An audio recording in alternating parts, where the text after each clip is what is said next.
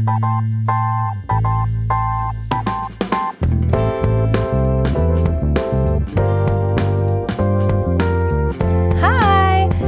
back to another episode of Easy Peasy Labeling with me, Melissa. Today I am with the LW-Z5010PX printer, and I want to show you the convenient line swap feature. Now, what is line swap? Well, as the name suggests, it is a feature in the printer that allows me to swap lines of information. So typically I see this used with really anyone who's doing wire or cable installs.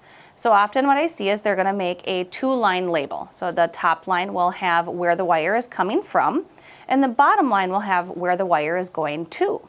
That'll be on one side of the wire. On the other end, it's going to have the exact same information, just reversed or swapped. So instead of entering the information in twice, why not use the line swap feature and make it easy?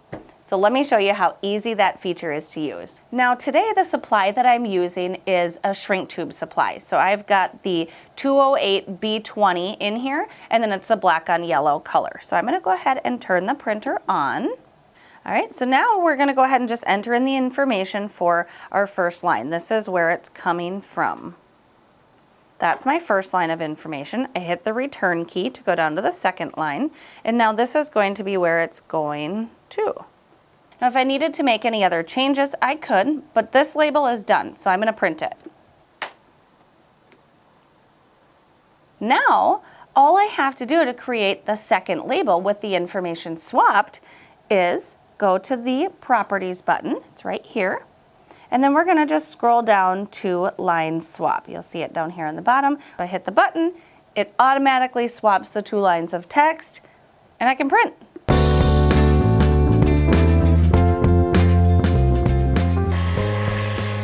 So that was using the line swap feature from the LW-Z5010PX printer. I told you it was easy.